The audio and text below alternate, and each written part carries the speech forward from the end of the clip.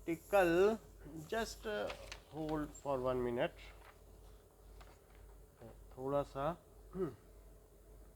Now here we have seen कि कैसे, थोड़ा सा एक पीछे का देख लें फिर हम आगे बढ़ें. हमने यहाँ पर आपको दिखाया कि 1 कैलोरी में इतने जूल है. तो अब नई यूनिट में, ये नई यूनिट्स हैं, तो नई यूनिट्स में 1 कैलोरी कितना होगा, तो नई यूनिट रख दी और N1U1 का फार्मूला लगाया.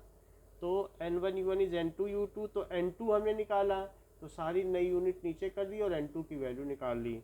नेक्स्ट क्वेश्चन में क्या किया कि 8 मिनट 20 सेकेंड्स, 8 मिनट 20 सेकेंड्स में अगर सन की लाइट यहाँ तक पहुँचती है तो जो भी डिस्टेंस है वो नई यूनिट में कितनी होगी.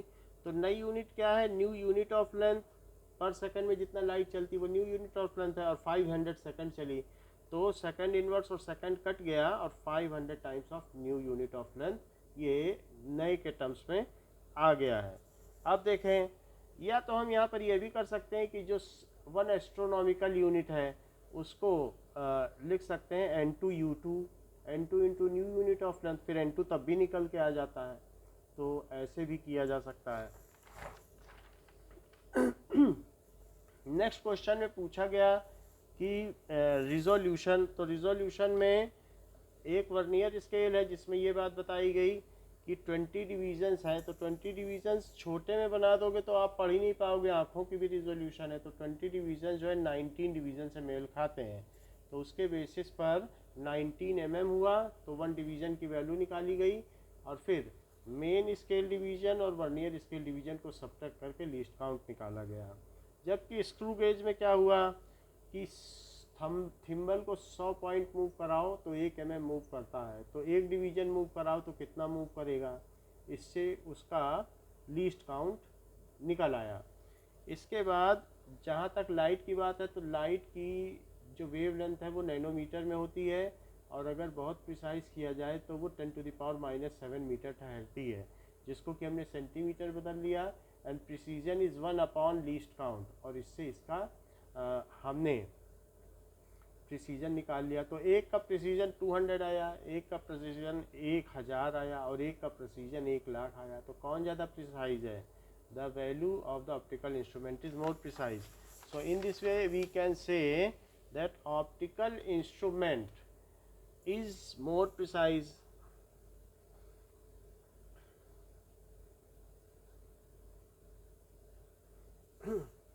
And has minimum resolution. अब देखो,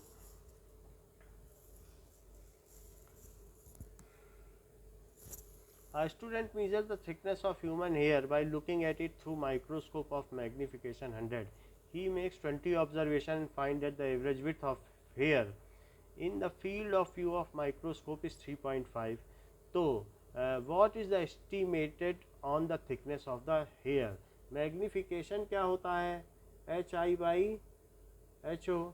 तो हाइट भी हो सकती है. अब यहाँ विड्थ की बात है तो that is diameter of image भी हो सकता है और डायामीटर ऑफ ऑब्जेक्ट. तो हमारे केस में ये चीज़ नहीं लागू है, ये लागू है. हम हाइट तो मीजर करने जा नहीं रहे हैं. सो दैट मीन्स 100 टाइम्स है मैग्निफिकेशन, और जो माइक्रोस्कोप से देखने पर उसकी विड्थ कितनी आई? 3.5 mm, जो कि काफ़ी है. तो ऑब्जेक्ट की कितनी आ जाएगी? By 100. So this is 0.035 mm.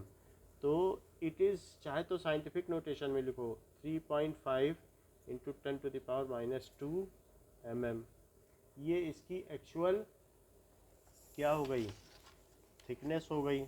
ये चीज़ तो पढ़ी हुई है ना 10th में. M magnification is equal to HI/HO, उसी को तो लगाया है. बोलो. अच्छा, you have taken 20 observation. So इससे क्या हुआ? As he has taken more observation, so random error is reduced to 20 times. तो जितना आप ऑब्जर्वेशन लोगे और उनका एवरेज लोगे, उससे आपकी जो रैंडमनेस है एरर की, जो आपके मेजरमेंट की एरर है, उतनी कम होती चली जाएगी। एज ही और she has taken how many observations, 20 observations, so random error is reduced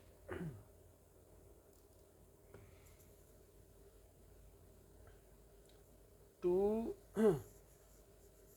20 times। अब देखो नेक्स्ट क्या है,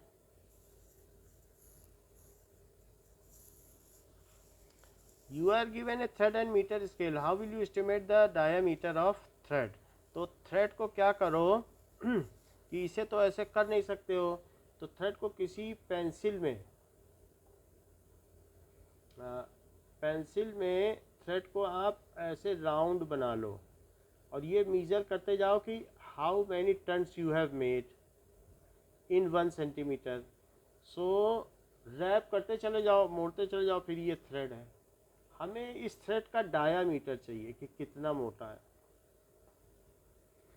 so take thread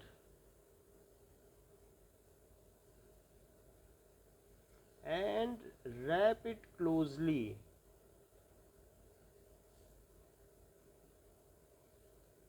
on pencil, find how many turns are there in 1 centimeter of length।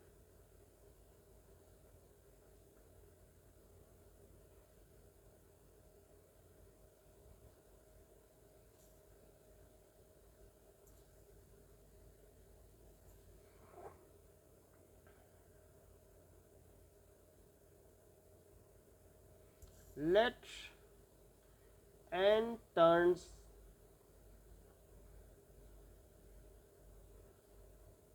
One centimetre, so n turns हैं, so n turns are there in 1 centimetre. So value of 1 turn कितने में होगा, 1/n। तो 1 ton जितने centimetre में होगा that is equal to diameter of thread. बोलो बात समझ में आई।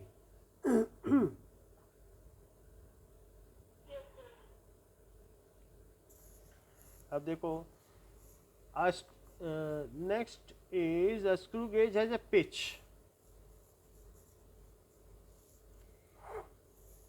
स्क्रू गेज की पिच 1 mm है और 200 डिवीजन्स है। Do you think it is possible to increase the accuracy. अगर हम 200 डिवीजन ले लें तो ये अच्छा रहेगा 100 की जगह 200 ले लेना, कि नहीं अच्छा रहेगा।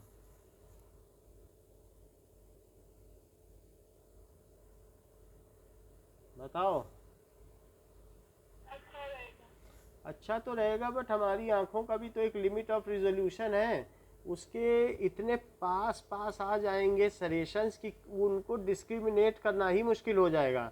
अगर कोई कह दे इस स्केल में मैं 1 mm के अंदर भी और एक एक डाल दूं, तो आप इसका रिजोल्यूशन बढ़ा दोगी लेकिन पढ़ पाओगी आंखों से।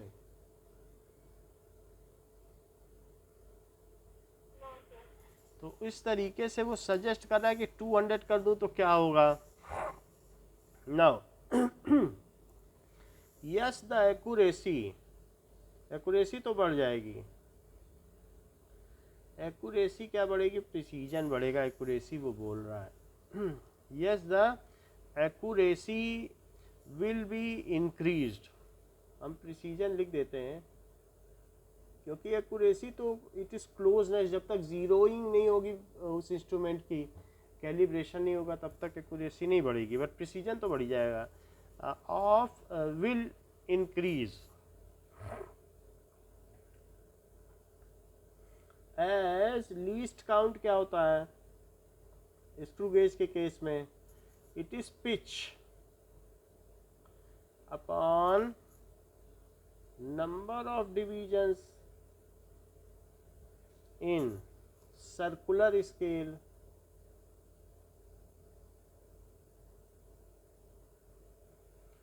पिच तो 1 mm ही है, 1 mm बढ़ेगा, और सर्कुलर स्केल में आपने 200 डिवीजन्स लगा दिए, तो 0.001 mm ऐसा हो जाएगा। 200 है तो 3 पे पहुंच गए। तो इस तरीके से 1 आएगा, क्या आएगा, 10 करोगे,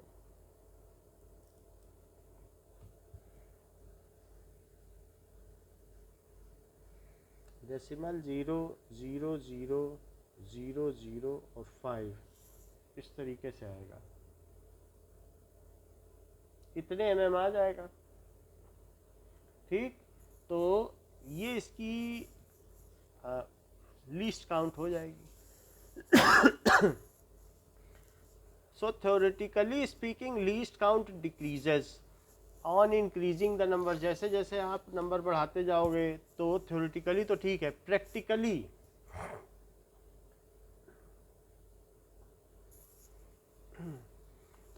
due to limit of resolution of human eye, due to limit of resolution of human eye,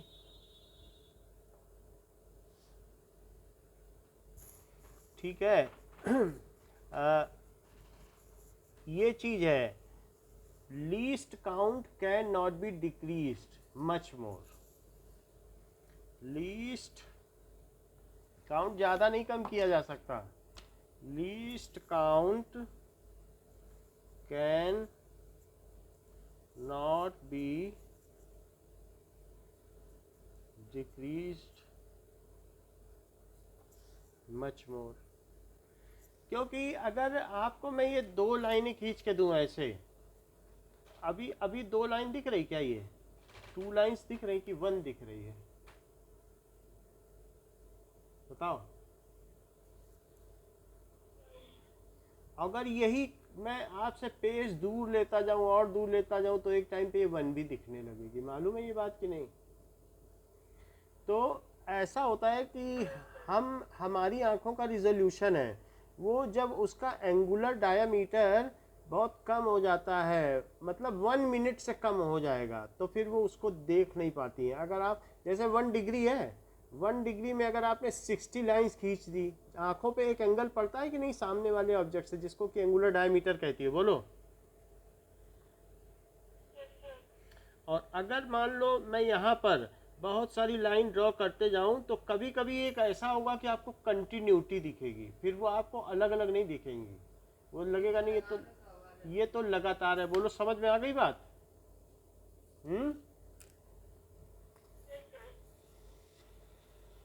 तो हमारी आंखों का रिजोल्यूशन भी है। अब आगे देखो नेक्स्ट क्या कहता है।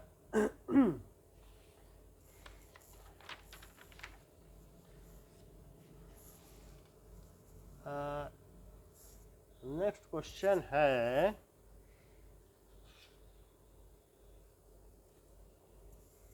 कि क्या कहता है next question, the mean diameter of a thin brass rod is to be measured by a vernier callipers. तो वर्नियर कैलिपर से हमने डायामीटर रॉड का मेजर किया। Why is the set of 100 measurements of the diameter expected to yield a more reliable estimate than a set of 5 measurements? अगर हम ज़्यादा measurements लेंगे तो किस टाइप की एरर एलिमिनेट होगी?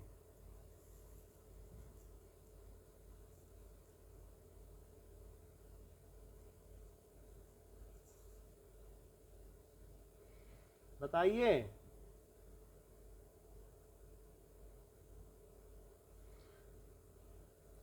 ज़्यादा बताओगी तो दिमाग की धार बढ़ेगी, ऐसे चुप रहने से कुछ नहीं होगा। 100 मेजरमेंट्स अगर हम 5 की जगह लेंगे तो कौन से टाइप की एरर एलिमिनेट होगी या रिड्यूस होगी?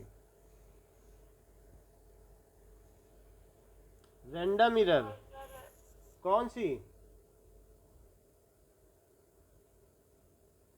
3 तरीके की एरर होती हैं, सिस्टमेटिक, हाँ, तो वही ना, रैंडम एरर होगी। So taken instead of 5 then random error is reduced proportionally.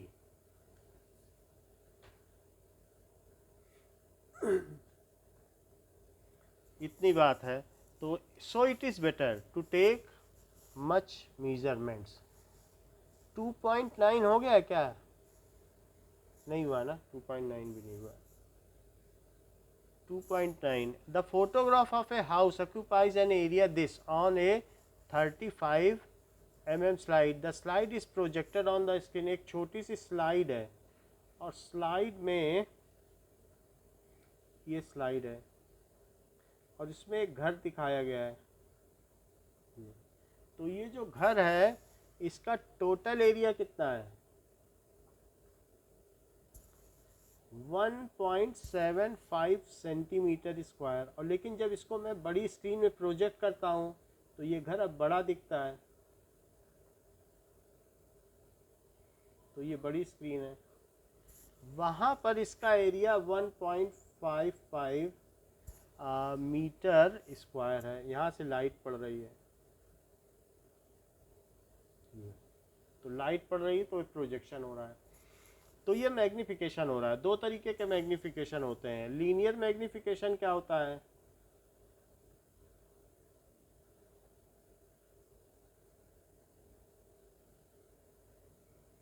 It is equals to length of image by length of object. ऐसा होगा, इसको लीनियर मैग्निफिकेशन कहते हैं. एरियल मैग्निफिकेशन क्या होता है?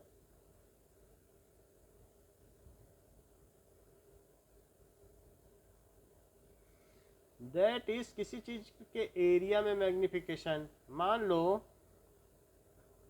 ये है, ये 2 है और ये 3 है, 3 गुना मैग्नीफाई कर दिया किसी चीज ने चीज को. तो 2 से क्या बना बताओ? 6 बन जाएगा. 3 गुना मैग्नीफाई कर दिया. 3 से कितना बन जाएगा? 9. तो इसका एरिया कितना हो गया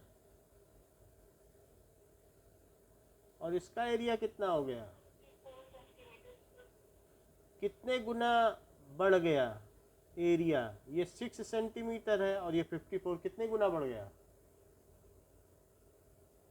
9. लीनियर मैग्निफिकेशन कितना था ml? यहाँ पे 3 था. Yes sir. तो एरियल मैग्निफिकेशन क्या होगा कि जो वास्तव में लेंथ होगी इमेज की अपॉन लेंथ ऑफ ऑब्जेक्ट और ब्रेथ होगी इमेज की अपॉन ब्रेथ ऑफ ऑब्जेक्ट, दोनों में ही तो 3 आ जाएगा. दोनों से ही तो ml ही होगा.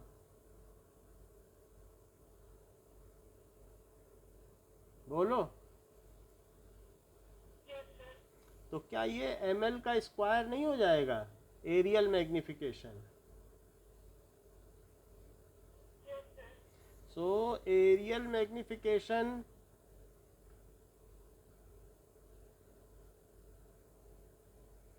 Is equals to ml square. यही क्वेश्चन में पूछ रहा है. तो आपसे पूछा जा रहा है कि लीनियर मैग्निफिकेशन बताओ. तो एरियल मैग्निफिकेशन का क्या होता है कि area of image upon area of object और दैट इज ml स्क्वायर. अभी ऊपर रिड्यूस किया कि नहीं फार्मूला?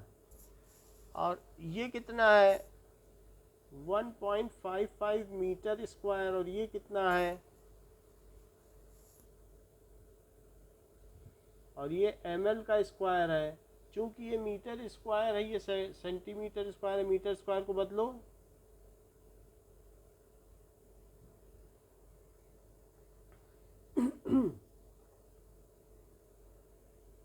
बदलिए. 10 to the power 5.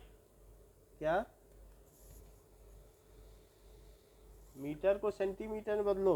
10 to the power 4. ठीक है. 10 to the power 4 centimetre square.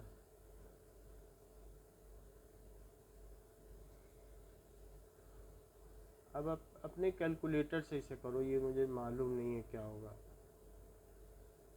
Root है, रूट निकालेंगे तो 10 to the power 2 तो ऐसे ही बाहर आ जाएगा. बाकी का कर लो 155 में 175 से डिवाइड करो, डेसिमल भी हमने हटा दिया। अब 5 से करोगी तो 31। 8 पॉइंट 8 पॉइंट के,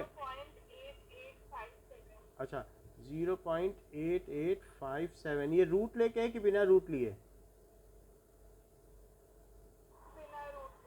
इसका रूट लो।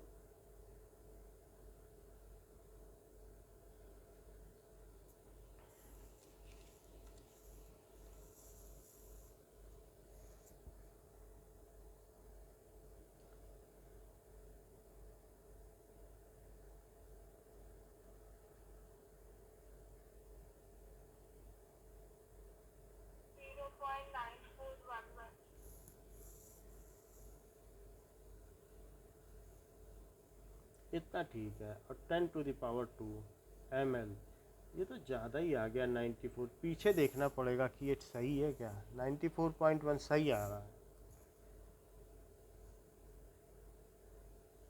यही है। ठीक है, समझ में आ गई बात। चलो अभी 2.10 सिग्निफिकेंट फिगर अपने आप निकाल लोगी ना सबके?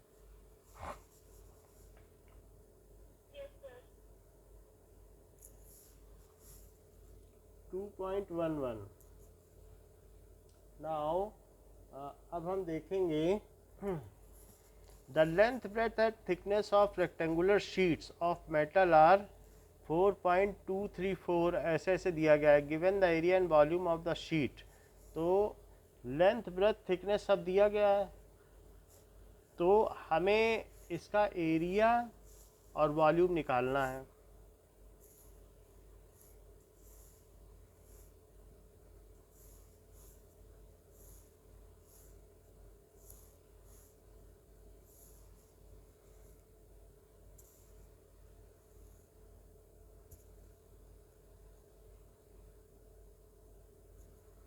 इतनी चीज़ दी है।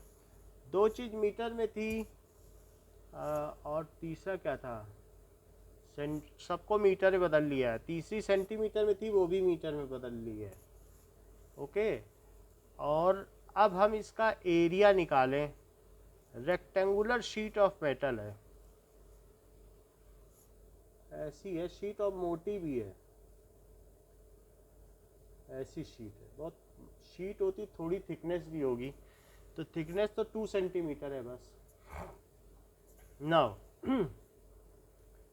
सो इसका एरिया क्या होगा?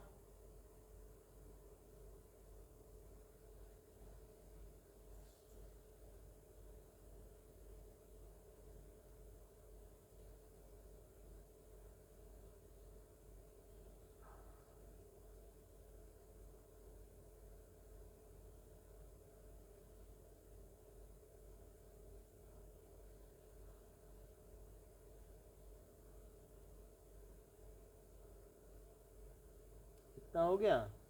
थोड़ा सा करो, देखो क्या आता है।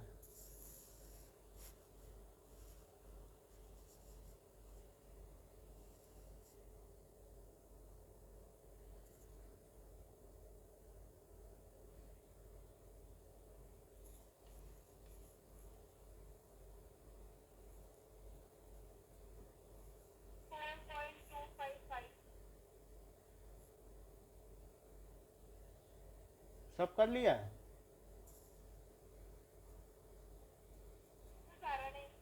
इसका कितना आया? 4.255।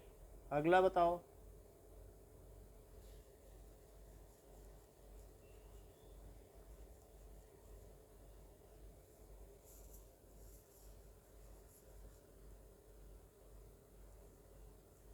0.0202।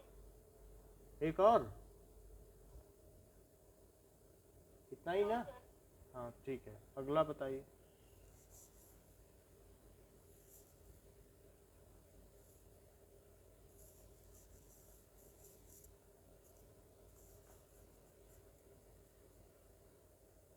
0.085।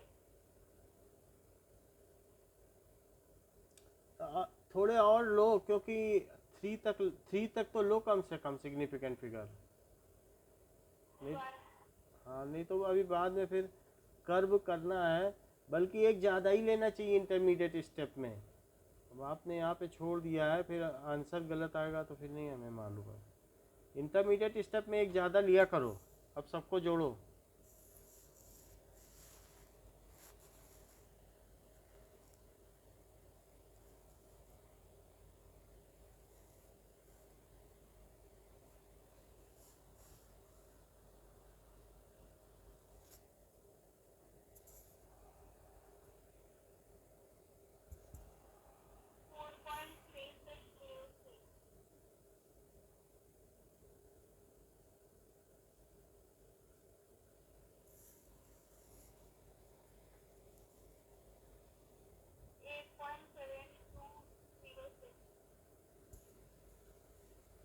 ठीक है, तो हम इसे लिख लें 8.72, क्योंकि 3 सिग्निफिकेंट फिगर्स मिनिमम है इस डिजिट में। तो 8.72 ये आ गया मीटर स्क्वायर। ठीक है, in view of significant figures punctuations. अब देखो, वॉल्यूम LBH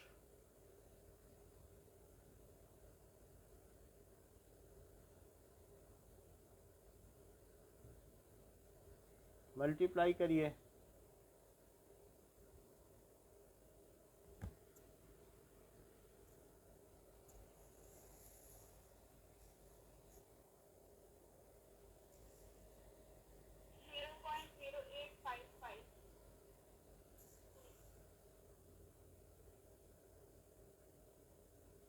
तो 3 हमें चाहिए, 3 हैं। चाहे तो इसे साइंटिफिक नोटेशन में भी लिखा जा सकता है और छोड़ा भी जा सकता है। 3 तक लोगे तो 10⁻⁻² मीटर क्यूब, 2.21।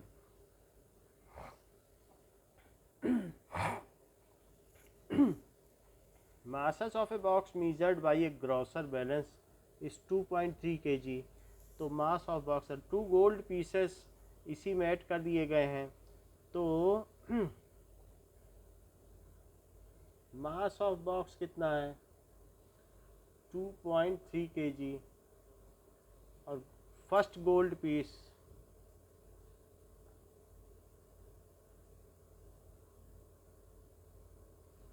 अच्छा ये 20 ग्राम का है, तो अब हम इसे 1000 से डिवाइड करें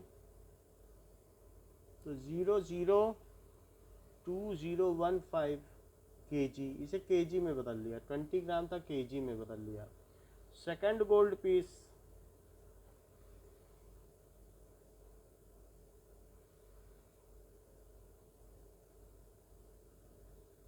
अब इन सबको अगर वो इसको रख दिया गया है तो टोटल मास ऑफ बॉक्स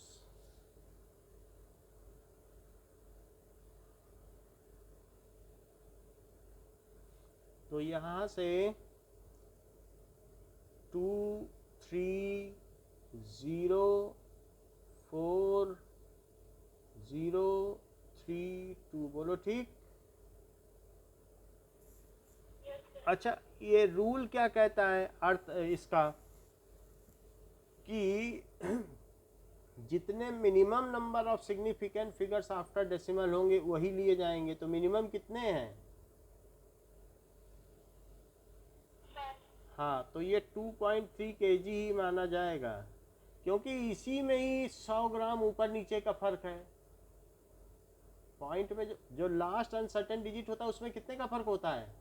तो 0.1 kg 100 ग्राम है, यही 100 ग्राम ऊपर नीचे, तो 20 ग्राम जोड़ के क्या कर लोगे? कुछ कर पाओगे? तो इसलिए इन व्यू ऑफ सिग्निफिकेंट फिगर। अच्छा, डिफरेंस इन मासेस जरा देखो, गोल्ड पीसेस के कहता है difference in masses, second point.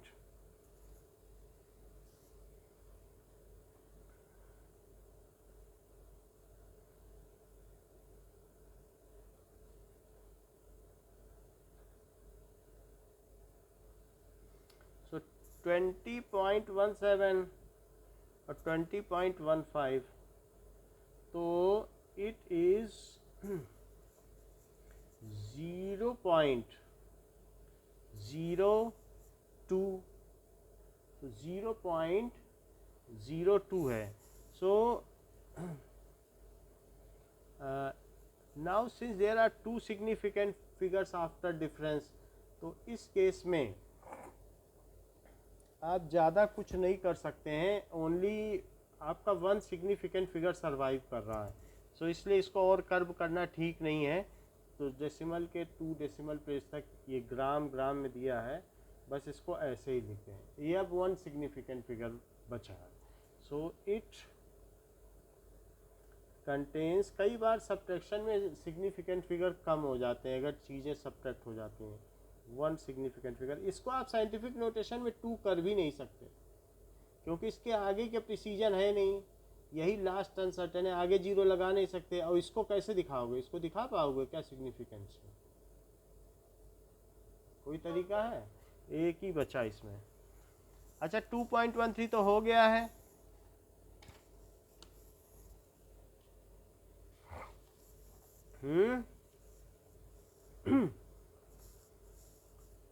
हाँ नहीं कुछ बोलो.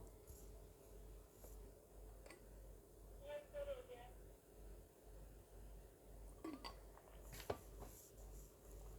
अगला करो 2.14.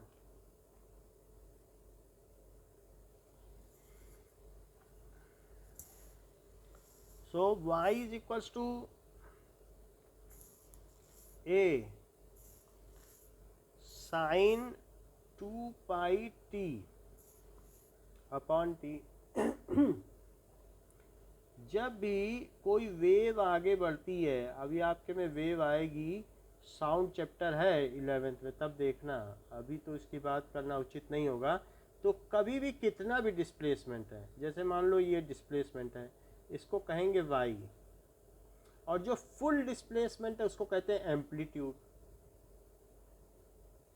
तो मान लो यहाँ तक आप t टाइम के बाद देखना चाहती हो कि कितना डिस्प्लेसमेंट है, क्योंकि ये तो ऐसे ऐसे ऐसे ऐसे चल रहा है और हर टाइम पे डिस्प्लेसमेंट बदलता रहेगा. तो उन्होंने एक इक्वेशन ऑफ डिस्प्लेसमेंट दी है कि t टाइम पे कितना डिस्प्लेसमेंट होगा.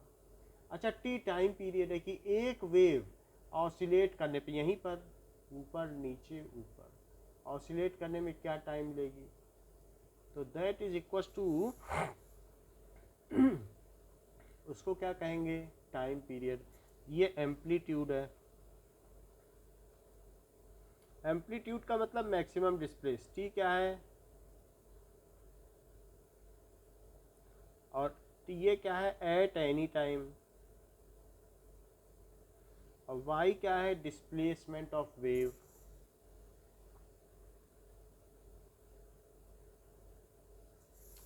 तो अब हमें ये देखना है कि क्या ये डायमेंशन के लिहाज से ये सही इक्वेशन है. तो लेफ्ट में जो इसकी डायमेंशन है डिस्प्लेसमेंट की वो क्या होगी, एल होगी.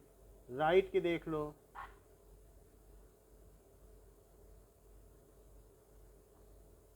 कुछ प्रिंटिंग एरर थी बुक में, तो उस वजह से उसने ये ऐसा लिखा है. कह रहा है कि अब आपको पता लगाना है कि ये ठीक है क्या. तो ए की क्या डायमेंशन होती है, तो ये देख लो. और इस एल होती है, और इसके अंदर कोई डायमेंशन नहीं होनी चाहिए, क्योंकि जो ट्रिग्नोमेट्रिक रेशो है क्या उनकी कोई डायमेंशन होती है या वो ये डायमेंशनलेस क्वांटिटी होते हैं. तो ये टी और ये टी, ये तो सब कट जाएगा, 2 पाई की डायमेंशन नहीं, और ये इन दोनों की तो टी होती है, टाइम पीरियड की और टाइम की भी. तो इसलिए ये इसकी कोई डायमेंशन नहीं आएगी.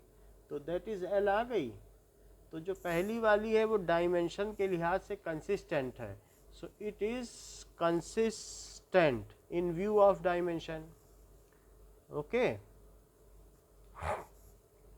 पहली बात हो गई.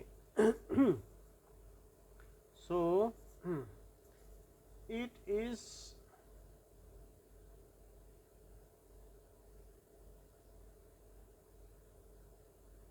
dimensionally consistent.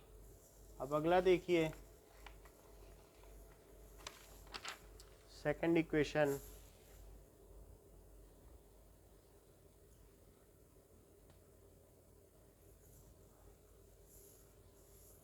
Is equal to a sine v t, तो y की कितनी हो गई l, और a साइन वी टी में a की करो, साइन है तो अब साइन वी टी ऐसा करो, इसकी तो l हो गई और साइन के आगे वी टी है तो इस पे डायमेंशन लगाओ वी टी पर,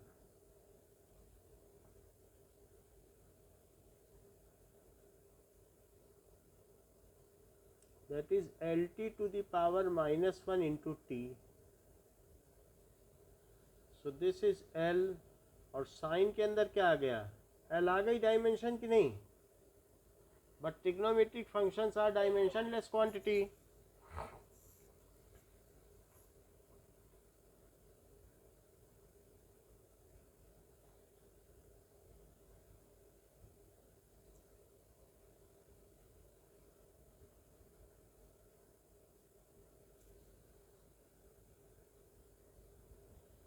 So it is dimensionally inconsistent.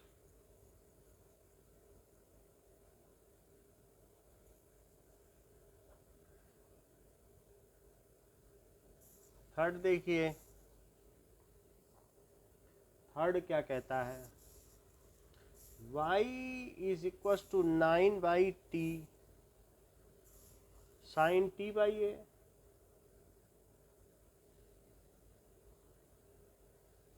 तो LHS की क्या डायमेंशन हो गई 9/t की डायमेंशन, और साइन को तो छोड़ दो t/a की डायमेंशन, तो इसकी डायमेंशन तो t टू द पावर -1 हुई और इसकी dimension t l to the power -1, क्योंकि एम्पलीट्यूड क्या होता है, ये यहाँ एम्पलीट्यूड है, तो बट ट्रिग्नोमेट्रिक फंक्शन क्या होते हैं,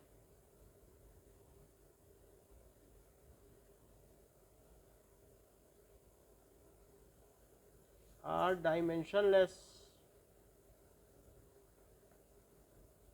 So given equation is dimensionally, ये दी गई समीकरण विमीय रूप से अपभ्रंश है.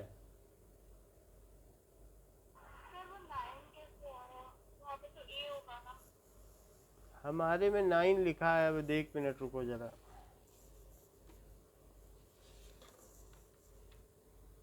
ए लिखा है, ए करो,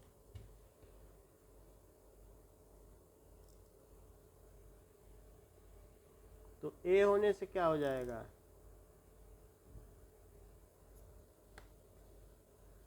तब भी नहीं फर्क, तब भी सही नहीं आ पाएगी, अगर ये पहले तो यही गलत है, ये भी गलत है, क्योंकि ये एल से मिल ही नहीं पा रहा है.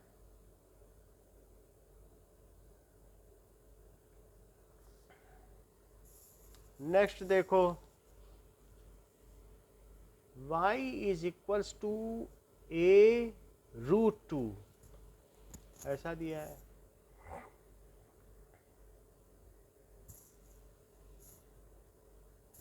और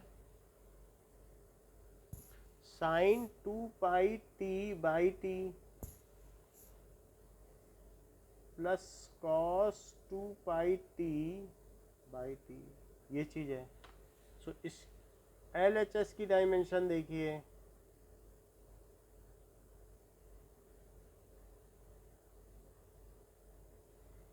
RHS में a√2 की डायमेंशन, फिर साइन लिख के 2πt/t की डायमेंशन,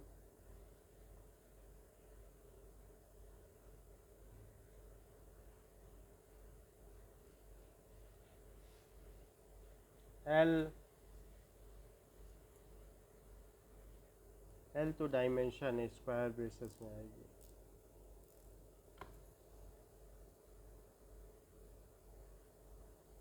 और साइन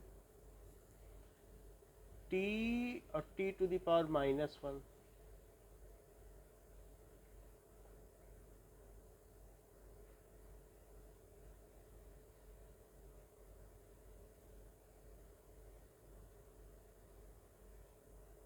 ठीक, तो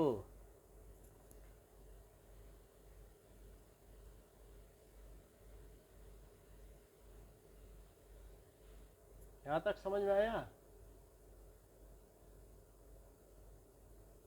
Yes, sir. So this is dimensionally correct. तो अब अगर इसकी डायमेंशन देखी जाए तो एल आ गई। So it is